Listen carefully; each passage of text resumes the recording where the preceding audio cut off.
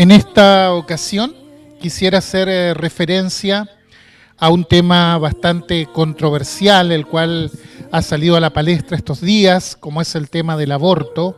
Estuvimos hablando algo sobre esto la semana pasada, en la ocasión en que fue también presentado este proyecto allí en el Parlamento, y yo quisiera en esta hora clarificar bíblicamente este tema tan nefasto, ¿verdad? Tan falto de sentido común, tan cobarde como lo es arrebatarle la vida a un bebé que aún no ha nacido y sin embargo se presenta como algo heroico.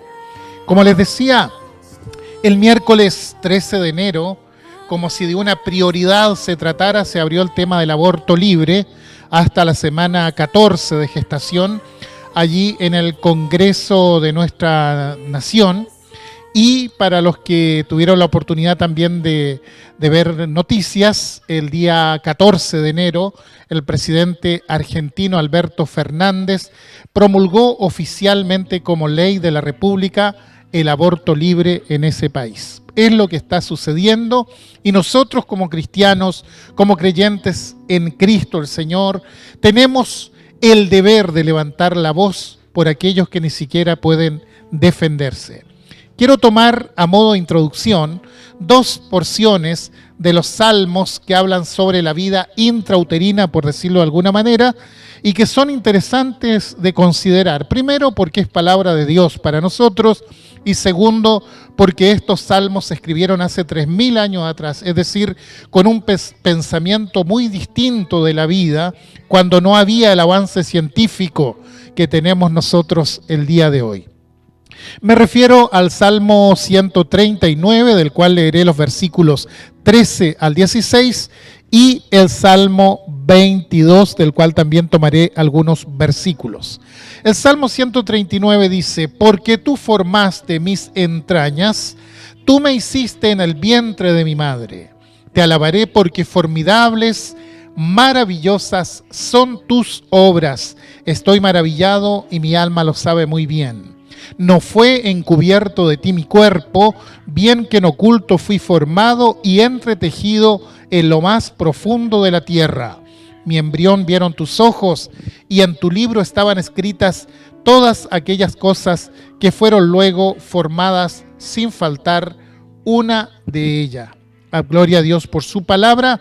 Y el Salmo 22, desde el verso 9 en adelante, dice: pero tú eres el que me sacó del vientre, el que me hizo estar confiado desde que estaba a los pechos de mi madre. Sobre ti fue echado desde antes de nacer, desde el vientre de mi madre.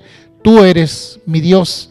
No te alejes de mí, porque la angustia está cerca, porque no hay quien ayude. Hasta ahí leo la palabra del Señor. Entiendo que este es un tema bastante incómodo de abordar. Hubiese preferido hablar de otras cosas, pero considero que el tema está tan en boga, ¿verdad? Y que ya las cartas están sobre la mesa y hay que jugarlas. Creo que se hace necesario hablar de este tema. No podemos, ni como ciudadanos, ni menos aún como cristianos, eludir el tema del aborto en el mundo. Cada minuto se cometen alrededor del mundo 95 abortos por minuto. Al día se practican 5.707 abortos, y si esto lo llevamos a un año, estamos hablando prácticamente de 50 millones de abortos alrededor del mundo por año. 50 millones de personas murieron producto de la Segunda Guerra Mundial en un periodo de 5 años, y a raíz de eso, de esa guerra, los pueblos, las naciones se unieron y formaron lo que se conoce como la Organización de Naciones Unidas. ¿Para qué? Para que nunca más vuelva a ocurrir una cosa así. Entonces, yo me pregunto, ¿qué le ha pasado a la sociedad en este tiempo? 50 millones de seres humanos se están mandando por las cloacas de las ciudades y nadie dice nada. Por el contrario, se aplaude y es objeto de algarabía. Tremenda contradicción. Me llamó la atención las pancartas que exhibían las activistas pro aborto durante el proceso de aprobación en 3 causales en nuestro país. Una de ellas decía: yo aborté, como si el hecho de matar a un hijo fuera una virtud. Lamentablemente, la discusión sobre el aborto ha carecido de una argumentación sólida. Todo lo que tenemos son dogmatismos, tanto de quienes aprueban como de quienes rechazan. Muchos cristianos alegan contra el aborto bajo el argumento de que Dios es el dueño de la vida, y está bien, pero hasta ahí llegan. Se acabaron los argumentos. Pero si dicen, ¿verdad?, o le dicen eso a alguien que no cree en Dios, entonces la discusión no va a tener un buen puerto, se va a volver insípida.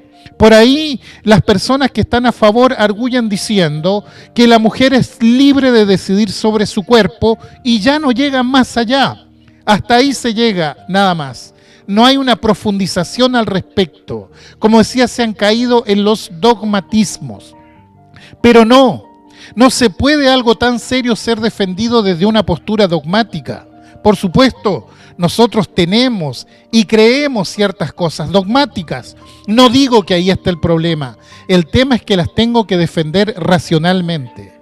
Siento que se ha abandonado el debate serio, profundo, que nos hemos vuelto a los dogmatismos y tratamos de vencer al otro que piensa distinto sin escucharlo y sin entenderlo, simplemente hablando más fuerte. Usted está a favor del aborto, yo estoy en contra. Perfecto, dialoguemos. Pero ¿sobre qué bases vamos a dialogar? Tengo una postura clara contra el aborto, pero si traigo mis argumentos religiosos, eso es válido para mí que creo, pero no para la persona que no cree. Y no le estoy quitando importancia ni autoridad a la Biblia, no me mal entienda. Pero si encaro el debate usando pasajes bíblicos con alguien que no cree, la otra persona se va a cerrar. A lo más me tratará de fanático religioso sin perder mi argumentación teológica. Por lo tanto, debo bajar mis convicciones a un nivel racional, a un nivel que sea entendible para la otra persona. Debo defender mis credos a partir de la razón. Allí está el gran desafío que tenemos como iglesia. Hay un valor absoluto y sagrado que se llama vida, y todos los demás valores deben supeditarse a este, aunque aparenten un conflicto valórico eventualmente, pero siempre la vida es el valor mayor. Cuando Rahab mintió sobre los espías que estaban en su casa, no recibió reprensión por su mentira, que era reprobable. La mentira es reprobable. ¿Pero por qué no recibió reprensión? Porque en ese caso el valor superior era preservar la vida de los hombres que estaban allí en su casa. Las parteras hebreas, ellas también mintieron sobre el bebé Moisés. ¿Por qué? Porque había un valor superior que era la vida de ese bebé. No sé si me explico. La ética cristiana, estimados, no puede ser absolutista. Hay momentos en que debemos elegir entre dos valores y debo saber defender el valor superior. Amén. Entonces, cuando hablamos del aborto, de la remoción artificial del embrión, por supuesto, porque hay abortos espontáneos que nada podemos decir al respecto, ¿cuál es el problema ético que enfrentamos? El problema o el tema que debe dilucidarse es el estatus del embrión. ¿Es una persona o no lo es? Si digo que sí o que no, ¿cuáles son los requisitos para considerar si algo es una persona o no lo es? Ahora, si es persona, ¿lo es desde la concepción misma o hay un momento del desarrollo embrionario en que alcanza ese estatus? ¿Tiene alma el feto? ¿Desde cuándo? Estas preguntas son fundamentales porque son claves para este debate.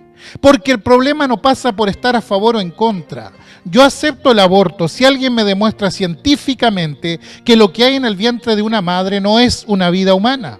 ¿Por qué? Porque lo que defiendo es la vida como valor superior. Porque si hay vida, entonces es sagrada, es intocable. Es decir, no estoy en contra del aborto, estoy a favor de la vida. No me gusta tomar posturas a favor o en contra de algo porque sí, nada más. Es la vida la que debe definir mi postura. Entonces, como estoy a favor de la vida, y la otra persona está a favor del aborto, bueno, que me demuestre si allí en ese vientre no hay vida y entonces yo aceptaré su postura, pero demuéstremelo. Aristóteles, el filósofo griego, desde el paganismo proponía controlar la superpoblación mediante el aborto. Y decía, pero antes de que el embrión se mueva. Él está hablando desde una concepción no científica, porque no había los avances científicos que tenemos hoy, sino desde el pragmatismo.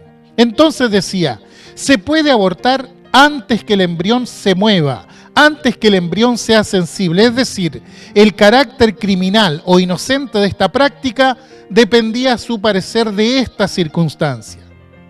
Lo que quiere decir que con las limitaciones que tenía en cuanto a la comprensión científica, decía, en el momento que se descubre que hay vida, entonces el feto no se puede tocar. Si el embrión no se movía, entonces se creía que no había vida. Si era así, entonces podía ser removido, según Aristóteles. Sin embargo, lo que no tenía claro era cuándo había vida exactamente. Hoy sí sabemos. Sabemos científicamente que el embrión tiene vida desde el momento mismo de la concepción. Por tanto, si Aristóteles viviera en este tiempo, él diría que no se puede controlar la población mediante el aborto. ¿Cuándo el embrión comienza a ser persona? Es una pregunta muy interesante, sin embargo la ciencia no ha podido resolverlo. Hay mucha ignorancia al respecto, aún desde la teología.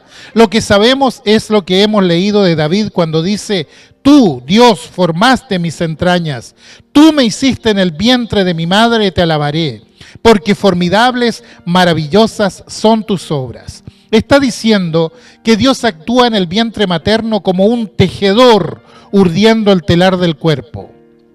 En el caso de Jeremías, Dios le dice, antes que te formases en el vientre te conocí. El salmista también escribió diciendo, desde el vientre de mi madre tú eres Dios. Pero la Biblia no determina en qué momento se es persona. En el caso de Elizabeth dice que el vientre saltó que el bebé saltó desde su vientre al saludo con María. Son casos que nos demuestran que hay vida en el vientre materno y que el alma es inherente a la persona.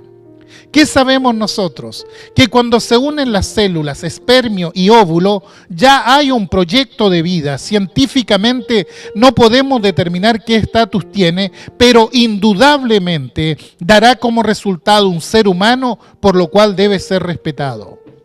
Hay 3 objeciones fundamentales que ponen los proabortistas para argumentar su postura. Primero, dicen, la mujer puede hacer con su cuerpo lo que quiera. ¿Qué es lo que la ciencia nos enseña? Enseña que cuando se unieron las 2 células, el genotipo de ese cigoto, de esa célula huevo, es distinto al de la madre. Es decir, la mujer puede hacer con su cuerpo lo que quiera. Pero cuidado, este no es su cuerpo, porque tiene una composición genética distinta. Ahora, por supuesto que puedo hacer con mi genotipo lo que yo quiera. Obviamente puede haber restricciones valóricas, pero en términos generales ese genotipo es mío y yo veré qué hago. Si quiero cortarme una mano, ¿qué más da? Es mi mano. Pero en cuanto al embrión, tiene otro genotipo, distinto al de la madre. En otras palabras, no le pertenece a ella. Se unen las 2 células y aparece una nueva identidad biológica. Se trata de otra vida, no de la vida de ella. Porque hay un código de identidad diferente, que no es el mismo de la madre, lo que quiere decir que hay un principio de vida instalada geográficamente en el seno materno, pero no perteneciente a la madre. Entonces, claro, la mujer puede hacer con su cuerpo lo que quiera. Puede estirarse la cara, puede sacarse un fibroma porque es su cuerpo. Pero cuando extrae de su vida un feto, está afectando a otra vida, a otra personalidad, a otra identidad biológica. El embrión no es parte del cuerpo de la mujer, aunque depende de su cuerpo, aunque esté sujeto al cuerpo de la madre, es otra persona. Está ubicado geográficamente, pero no le pertenece. Y la sociedad tiene la obligación de defender la vida indefensa, porque es una vida indefensa la que está ahí. Entonces, cuando aparece una ley Amparando el aborto, a mi parecer nos estamos acercando demasiado a las doctrinas nazis de que al débil lo podemos y lo debemos destruir. Que Dios nos libre, estimados. El segundo argumento pro-abortista dice: impedir el aborto es atentar contra la libertad de la mujer. El ser humano es libre y es libre de hacer lo que quiera, pero cuidado, la libertad no es un valor absoluto. Una vez más, así como hablamos de la verdad en antes, aquí la palabra está subordinada, la libertad está subordinada a la vida también. Cuando yo me subo a mi auto, tengo el derecho de manejarlo y transitarlo. Pero si una persona alterada se para delante mío y no me deja avanzar, y le digo que se corra y no se corre, eso no me da derecho de pasar sobre ella y atropellarla. Yo tengo libertad, pero mi libertad tiene un límite y el límite es la vida de la otra persona. Yo tengo libertad, pero no puedo usar mi libertad para ir y matar a mi vecino. Mi libertad termina donde comienza la libertad del otro. Este es un axioma que aprendimos cuando estábamos en la escuela. Bueno, en este caso, el embrión es el otro. Y como es el otro, es una vida que yo tengo que respetar. Y el tercer argumento pro-abortista es que el embrión y el feto pertenecen a la madre. Por lo tanto, dependerá exclusivamente de ella si lo da a luz o no. Este argumento pretende darle a la mujer la autoridad sobre el ser indefenso. Si se fijan, es la misma actitud que tenían los esclavistas en el pasado, que eran dueños de la vida de sus esclavos. Y es la misma actitud que tenían los nazis respecto de los débiles o a los de otra raza. Es la lógica darwiniana de la supervivencia del más fuerte. Como yo soy más fuerte, destruyo al que es más débil. El Marqués de Sade, el padre del sadismo, él decía: pertenece a las leyes de la naturaleza que el fuerte reprima al débil, ya que para portarse de esa forma no hace más que emplear los dones que se le ha concedido. Por tanto, oprimir o despojar al débil no es sino la cosa más natural del mundo. Pero todos entendemos que el sadismo es una patología altamente peligrosa. Como tengo más fuerzas, puedo someter y despojar a todo el que no tiene tanta fuerza como yo, decía el Marqués de Sade. Cuando escucho lo que dicen nuestros parlamentarios en defensa del aborto, presumo que hay gente más dada a levantar la mano que a pensar. Que como ciudadanía hemos enviado al Congreso a gente que no tiene la capacidad de razonar y actúa según lo que le dicta el que está más arriba, el que está encima. Falta discusión seria al respecto. Yo no puedo, frente a un tema tan serio como este, andar con eufemismo. Hay gente que da vergüenza ajena que esté sentada en el Congreso de la Nación. Uno escucha los debates y ve la cantidad de descerebrados que levantan la mano únicamente de acuerdo a lo que le dicta el patrón de turno, y resulta que estos son los que van a sacar las leyes. Entonces, hermanos, hay que levantar la voz y decir: señores, no podemos estar gobernados por ineptos que están poniendo cualquier ley y que se traen entre manos un genocidio nazi en nuestro país en este momento con una ley de aborto. No podemos. No podemos decir que un embarazo se puede interrumpir, porque lo que se interrumpe se puede reactivar, pero un embarazo no. Hacerlo es cegar una vida. Tampoco podemos hablar de abortar el feto, porque detrás de las palabras hay que darle significado. ¿Y sabe usted lo que significa la palabra feto?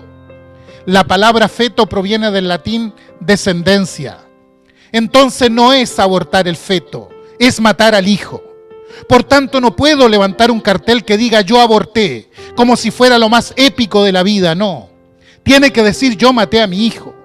Creo que en esto tenemos que comprometernos a full con todo.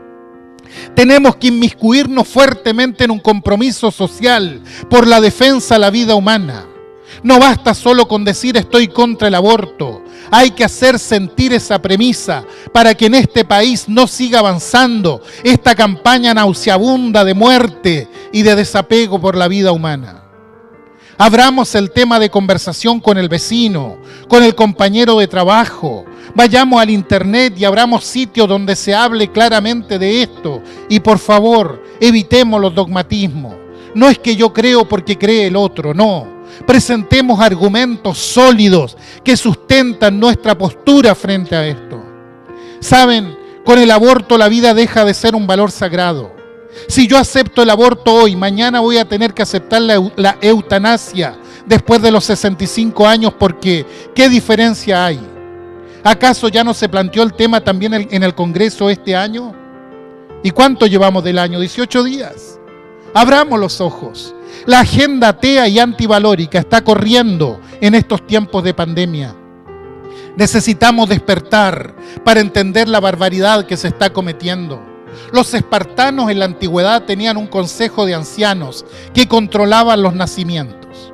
Cuando el bebé que nacía, si le faltaba peso o tenía cualquier defecto o era de contextura pequeña, entonces los ancianos dictaminaban que había que arrojarlo desde el monte Taigeto hacia abajo para alimento de las bestias.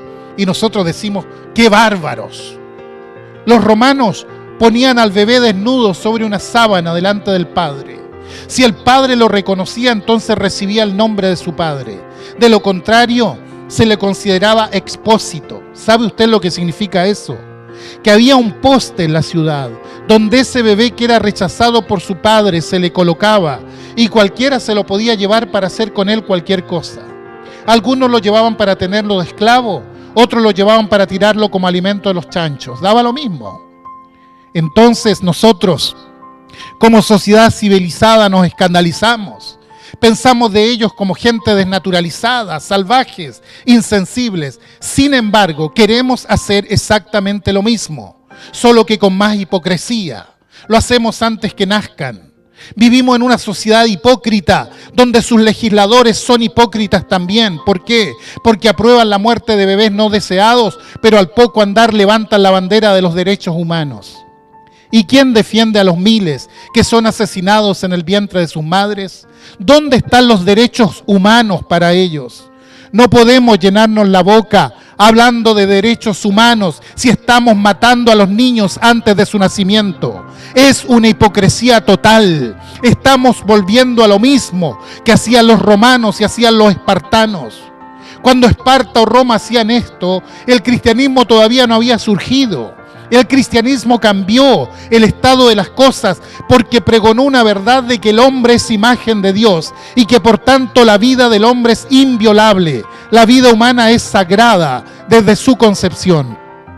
Fueron los cristianos la voz de esos que gritaban silenciosamente cuando los arrojaban. Y fueron los cristianos los que los recogían. Y fueron los cristianos los que trabajaron con los niños expósitos, creando orfanatos desde el primer siglo para salvarles la vida. El aborto nos está volviendo como sociedad al pasado precristiano. Nos estamos olvidando de esos principios. Al comienzo los embriones y fetos en Estados Unidos los tiraban. Hoy los fetos se industrializan, se venden por kilo para usar el colágeno. ¿Sabe usted lo que es el colágeno? Colágeno es una proteína que da resistencia a la piel. Entonces cuando yo me echo crema con colágeno en la cara para verme más joven, cuidado, puedo estarme echando parte de un feto abortado. Medicure, que es una compañía de cosméticos, puso un anuncio para decir que su colágeno no es humano. ¿Por qué? Porque las otras usan colágeno humano. Para eso se usan los fetos. Entonces, cuando el dirigente del Móvil H dice, haremos crema con los fetos, claramente estaba pensando en eso. La vida ha perdido su sacralidad en esta sociedad, vencida por el egoísmo y la soberbia. Si seguimos así, más temprano que tarde vamos a llegar al infanticidio para discapacitados o niños con síndrome de Down. Porque de acuerdo con nuestra concepción como sociedad, van a ser infelices toda la vida. Entonces pongámosle una inyección letal o la eutanasia para los enfermos terminales. ¿Y por qué no? Si la vida ya dejó de ser sagrada. Si matamos 50 millones de fetos todos los años, ¿por qué no cometer otro genocidio? ¿Qué más da? El problema es que cuando la vida pierde sacralidad, se abre un abanico de posibilidades aterradoras, porque eso es tan terrible. Por eso es tan terrible esta ley de aborto. Dios nos ha permitido participar del milagro de la vida. Entre las 3 semanas a 3 semanas y media de gestación, el corazón de esas 2 células comienzan a latir. A las 4 semanas, más o menos, mide 1 centímetro. Se distingue la cabeza del cuerpo, la boca, las orejas, los ojos rudimentarios. Tienen huellas digitales. Pero según el proyecto de ley, hasta la 14ª semana podemos abortarlo. Definitivamente no estamos hablando de un manojo de células. Estamos abortando a personas. Y los mismos que levantan la bandera de los derechos humanos, de la tolerancia, de ni una menos, y de salvemos a las ballenas, etc., son los mismos que aprietan el botón en el Congreso para aprobar la muerte de miles y millones de inocentes desde el vientre de sus madres. ¿Y quién levantará la voz por los derechos de los abortados? ¿Quién hablará en defensa de la vida? Dios nos delegó la paternidad responsable. Nos hizo seres sexuados, capaces de procrear, capaces de colaborar en el misterio de la vida. Sabemos que los hijos son herencia de Dios para nosotros. Entonces, cada hijo es un desafío de Dios. Tenemos que pedir y luchar para que haya un movimiento de educación sexual importante en nuestro país. Que se esclarezca el tema de los anticonceptivos no abortivos. No se puede tener la prédica de estoy contra los anticonceptivos y también estoy contra el aborto. Hay una cantidad de anticonceptivos no abortivos y esto se tiene que difundir porque hay que prevenir. Cuidado con este doble discurso. Si vamos a hablar de sexualidad, hagámoslo bien. No requerimos una ley de aborto para planificar una familia correctamente. Y si hay un embarazo que no estaba planificado, que entendamos que tenemos que respetar la vida. ¿Por qué? Porque la libertad hay que ejercerla antes, no después. Hoy se quiere ejercer la libertad después. No, hay que ejercerla antes. Hay que prevenir. Hoy por hoy la sociedad está practicando la paternidad irresponsable, la sexualidad fuera de todo marco ético, y eso evidentemente da hijos no deseados. Una sociedad civilizada no mata a sus hijos. Una sociedad civilizada educa, y los legisladores tienen una grandísima responsabilidad en todo esto. El aborto no es una solución. Hace años se derogó la pena de muerte en nuestro país. Entonces, ¿por qué insistir con la filosofía de la muerte? Menos en personas tan vulnerables que ni siquiera tienen voz para defenderse. El otro día alguien decía, debemos legalizar el aborto porque igual hay muchos abortos clandestinos. ¿Qué está queriendo decir? ¿Que debemos legalizar el robo porque igual se cometen muchos robos todos los días? No. Un legislador consciente jamás dirá un disparate como ese. Las cosas hay que discutirlas a fondo. ¿Cuál es la conclusión? Le digo a los jóvenes primeramente, respeten sus cuerpos. Hay límites y hay tiempos que deben ser respetados.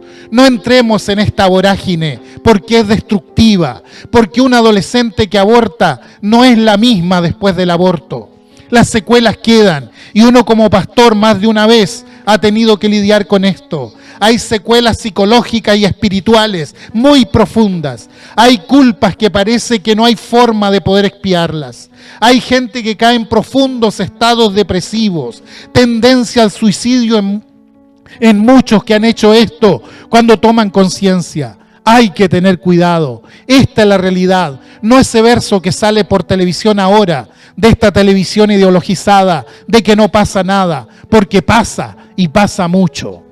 A los matrimonios y a los padres les digo, ejerzamos la paternidad responsables. Estamos en una sociedad donde la ciencia ha avanzado tanto que podemos tener los hijos que podemos tener, sin recurrir al aborto ni a métodos abortivos. Entonces hablemos claros también con respecto a esto. No tomemos posturas principistas de estas que encierran dogmatismos que después no se pueden cumplir. Y si alguien abortó, yo no lo sé. Solo les digo, siempre se puede volver a empezar. Todo este discurso no es para llenar de culpa a nadie, es para que encontremos un rumbo diferente, mirando hacia adelante de la mano de Dios.